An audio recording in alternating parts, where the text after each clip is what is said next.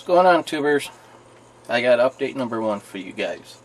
Before I go on explaining my madness with these, I want to say a few things. Originally, I wanted to do more in-depth explanation of my madness, but unfortunately, I'm not a big yacker to begin with, so I'm finding it awfully hard to talk to a camera that doesn't talk back. So that's why I'm cutting some things short. But before I begin, there's a few more things I want to say. CT Speed Shop, you talked about patience, and you are spot on, brother. Now, for you young guys out there, the first thing is, I'm not saying don't do your slicing and dicing. Alright, that's your business. We've all been there. That's how we learn. But you have to understand, when you're new at this, you're going to make mistakes. You're going to find out that you're going to destroy a lot of models. I know I have, and probably most everyone who is in this build-off has destroyed many models. So, it does take a lot of patience, because you can take a small part like this and spend an hour just cleaning it out, and that takes a lot of patience to sit there for an hour and just scrape away and do a little sanding, and then you still have to paint it and detail it, and so it does take a lot of time, a lot of patience. But one thing great with model building, if you want to get better, if you want to strive to be, like me, I always wanted to be a contest winner, and I am. And when I first started, I did not have the patience. I had to learn it. And with building models, if you want to get better, you will learn that trait, because it is a required trait, or skill, if you want to call it a skill. I don't think you really want to call it a skill. So do what you want to do, alright, but just remember, you start slicing, dicing, and destroying models, it's going to get very frustrating and expensive. But it's how you learn. But if you do, find somebody with some scrap bodies. Practice on scrap bodies first. It's a way you can learn without wasting a lot of money. Okay, enough about that. Now, there's things I see that even the veterans miss on models, so I'm going to give you some tips. I hope you guys take it to heart, because whether you want to just get better or try to win a contest, these tips are going to come in pretty handy.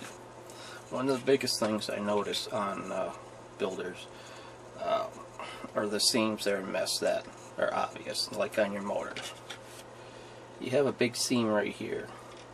If you look at the real motor, that seam is not there. So you really need to look into removing the seam down the center, front and back, top and bottom. Now, places where it's going to be hidden, like on the very top, you don't have to worry too much. Or where the oil pan's going to be, you don't have to worry. Another thing modelers tend to miss a lot are these little pin marks. They are an eyesore. You can have a perfect model, perfect paint job, put $100 into detail parts in it, but you forget these little pin marks like this right here, you will lose a contest. So try to find all these pin marks, sand them down, fill them in, take care of them, even on the underside, like in here, or on the headliner itself. They're very noticeable, and they will cost you points. Now, if you're looking at this car here, you can see a lot of black marks on it. Now this is a tip. You know, I think I did this once before, many years ago, but I don't remember if I didn't. This is new. Something I thought of here a few days ago. So we're doing this kind of by the seat of our pants. Take a black marker out, just a Sharpie. Wherever you see seams, like here's a mold line, color it out. Door lines, same thing, because when you have a door line, you tend to have a uneven surface. Same thing with gas tank, sharp edges like this. I noticed on this, these edges need to be toned down just a little tiny bit. Now the reason behind the black marker,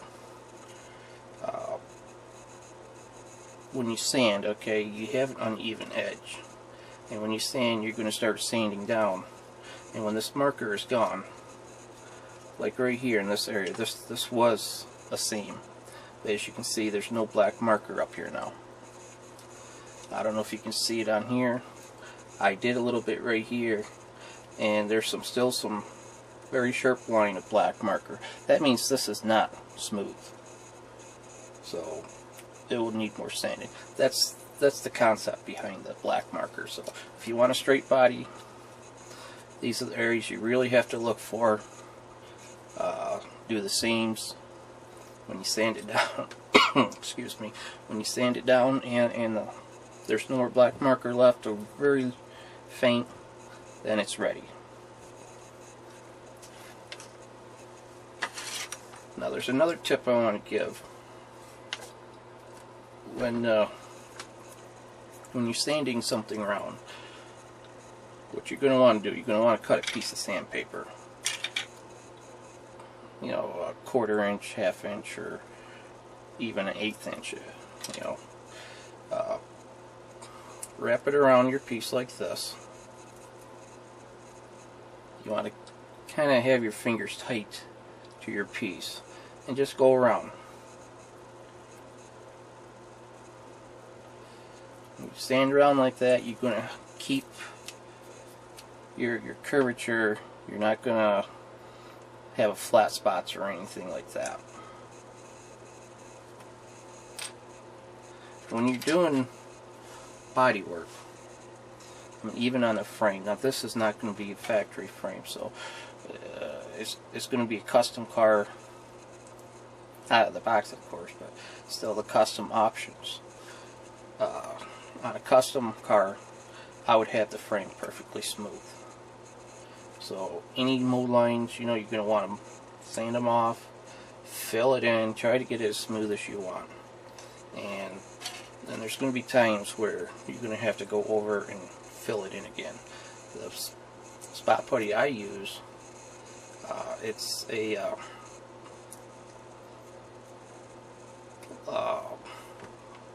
lacquer base. Alright, so it's going to shrink. And you're going to have to sometimes 3 or 4 times go over it until it's perfectly smooth. As you can see here, this has been sanded, it's ready to go, but there's a few spots I had to fill in again because it was just too much.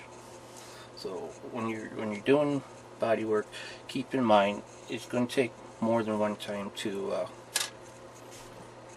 get the spot that you're working on where you want it. I guess that's it for now. I'll see you here in a few days. I'm going to go ahead and work on the body, get this ready, then I'm going to get into priming. So I'll see you then.